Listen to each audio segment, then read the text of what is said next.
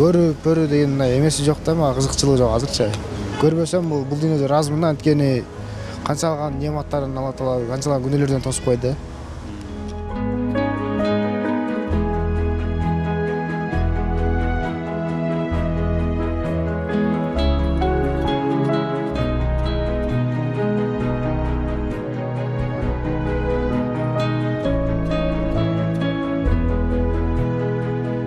98 жаштык саттым эң көп. Ошол.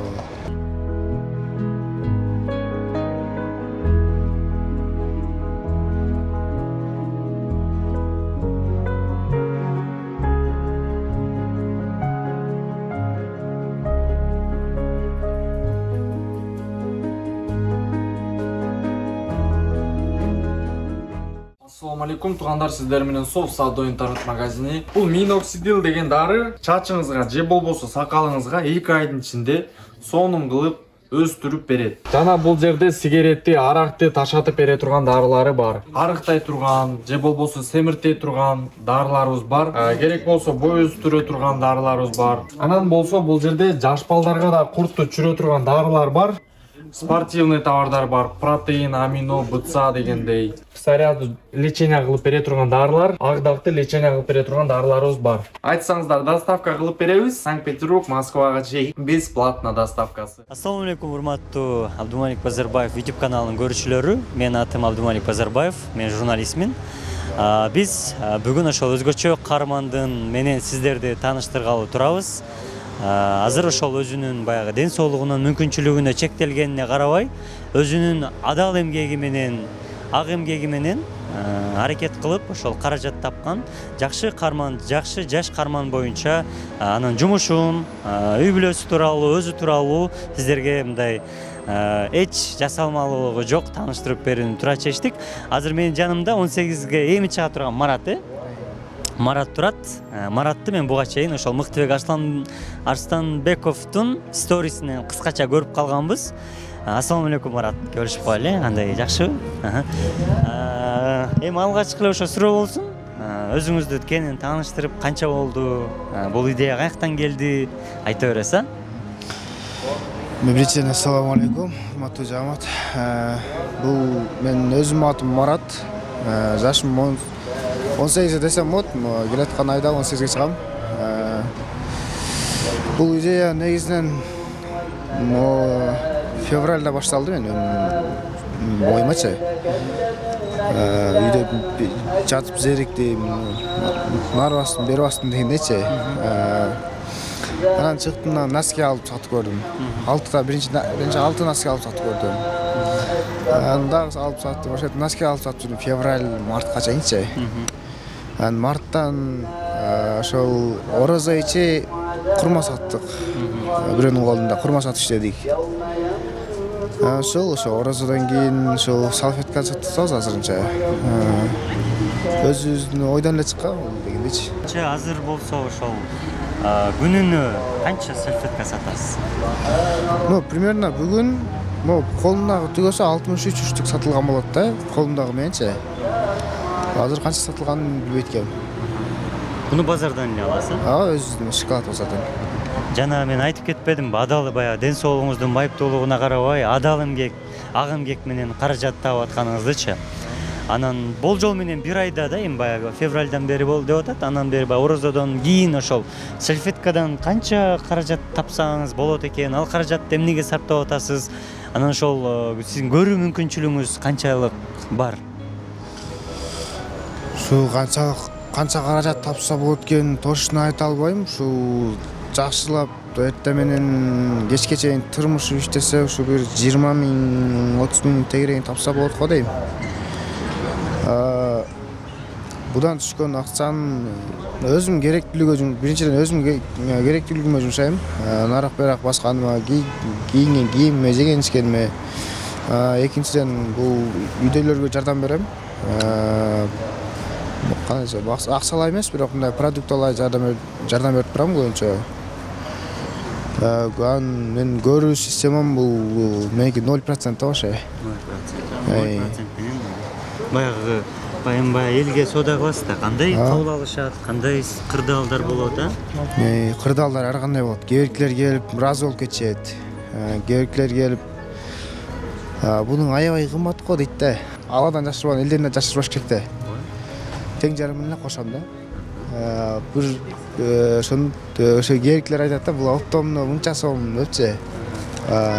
Эже магазиндерде мында мынча деп сен айтасың да, айтсаң нааразы болуп кетет. Үй бүлөңүз, ата-энеңиз боюнча да кыскача туугандарыңыз боюнча айтып каласызбы? Мен апам бар.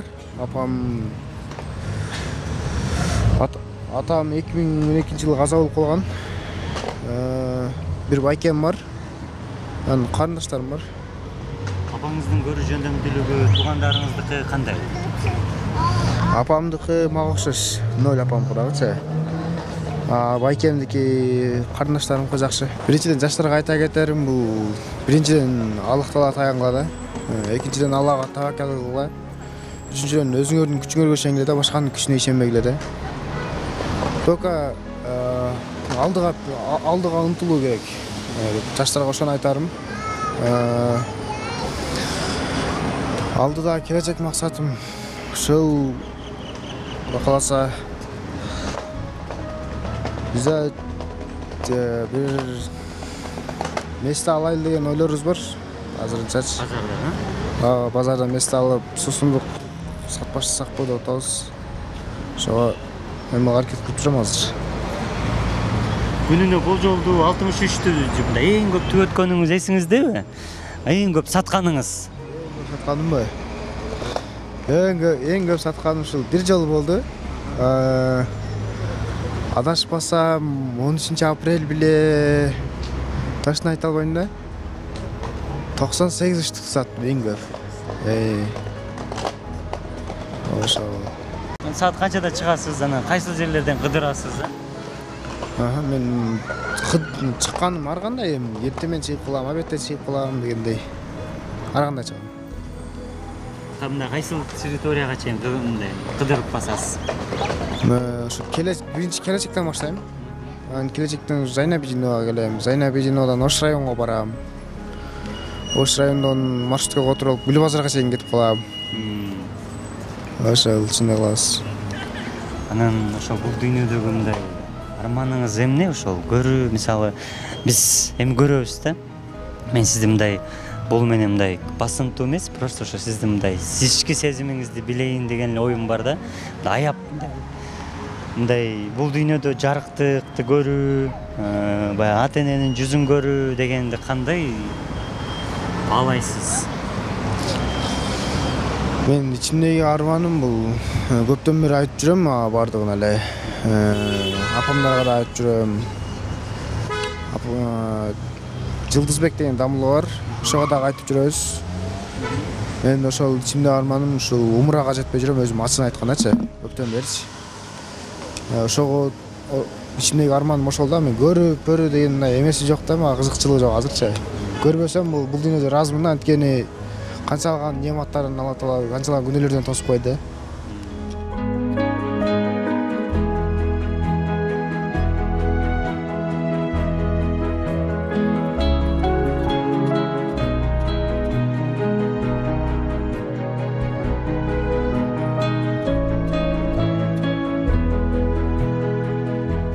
Квартирада турасызбы? Ооба. Канча төлөйсүз айына? 20 мың. 20 мың. Мен төлөйм, ата-энеңиз? Апам төлөйт. Сиз основном бул сальфетка киреше аркылуу продукту, азык-түлүккө жардам берип турасыз. Ал мындай толук эле канча үйүңүздө канча адам жашайсыздар? 3,5.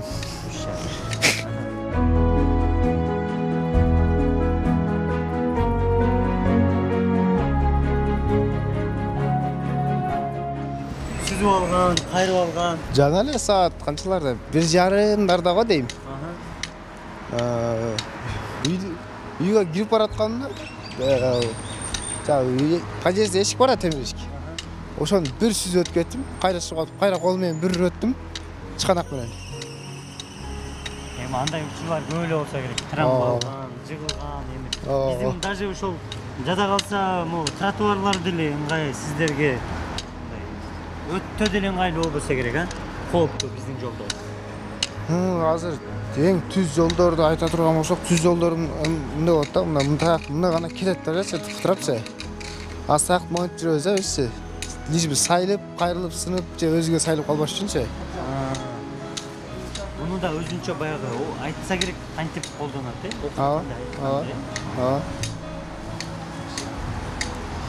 Ошол тааныгандар өздөрү эле келет, сатта берип кой деп. Чоңуздар айтты. Салфетка албайсыңарбы?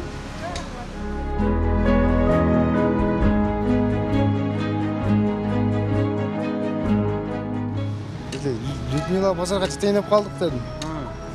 Мына байке бизде ал шаардат эле кетет, мына көрөт экен дейт. Мен эле айттым, мен көрөм дедим. Жок, силерге окшоп көрбөйм эле, мен жүрөгүм менен көрөм дедим аларга. Бардык нерсе.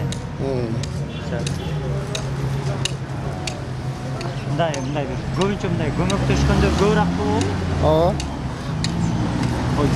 Кээ ошондо ишенбей сынап да көрүшөт.